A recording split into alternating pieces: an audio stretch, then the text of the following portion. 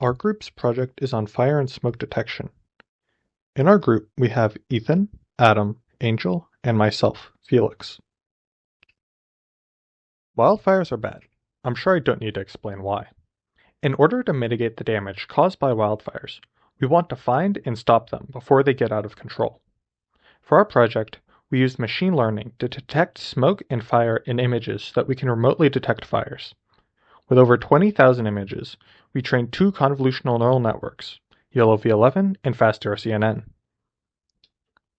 Our goal with this project is to use our image recognition model to detect wildfires by looking for fire and smoke.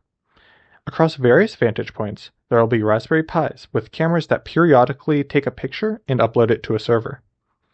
Once uploaded to the server, the image can then be processed by our model, and if it detects a fire, we can send out an alert. An advantage to uploading the image to a server instead of processing it locally is that we can easily change the model if need be. Another advantage is that we can deploy cheaper devices, since they'll be outside and may take damage. What is a CNN? A CNN, or convolutional neural network, is a type of neural network used for detection in images and videos. It uses supervised learning, where we provide images along with labels that contain the location of objects in the image. Using the combination of images and labels, we can train the model to detect patterns and ultimately detect objects in images without labels. So some obstacles we had while going through and training our models is our first data set that we were going to use wasn't the best. So we had to find another one. I'll explain a little bit of that more later. And then just some general things that you do while training convolutional neural network. We had to make sure that we also didn't train it too much and overfit the models. And then we also wanted to keep note of how many false positives we have and false negatives, and trying to reduce one or both the best we can. So going more into the data set issue I was mentioning earlier, the original data set we had a lot of just images that we didn't really need that were redundant. They didn't have a smoke label, which would make it not possible to train it on smoke, which is another issue. Um, and just also like watermarks and other things in the images.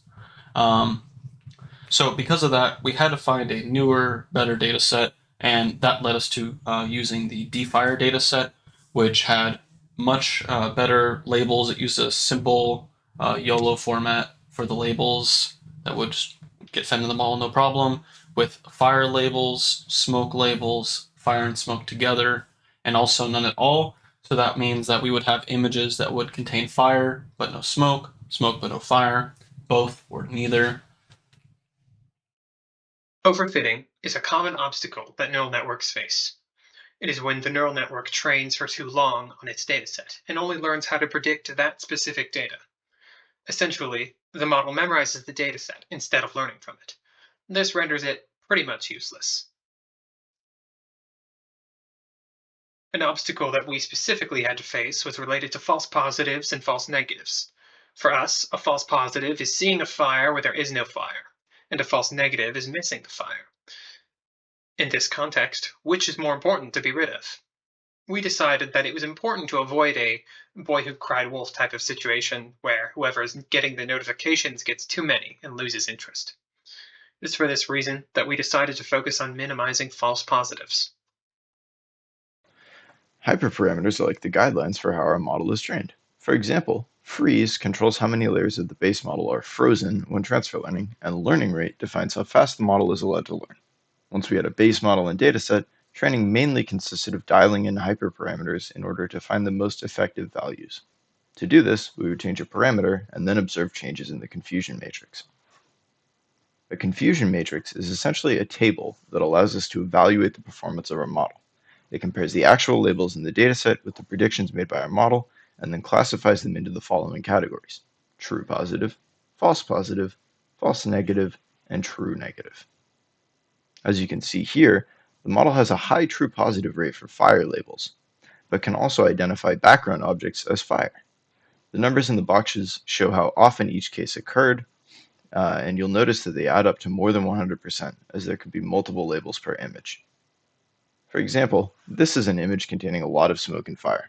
As you can see, The RCNN model identifies many regions as a unique smoke or fire label. YOLO identifies less unique regions, but still exhibits the same behavior.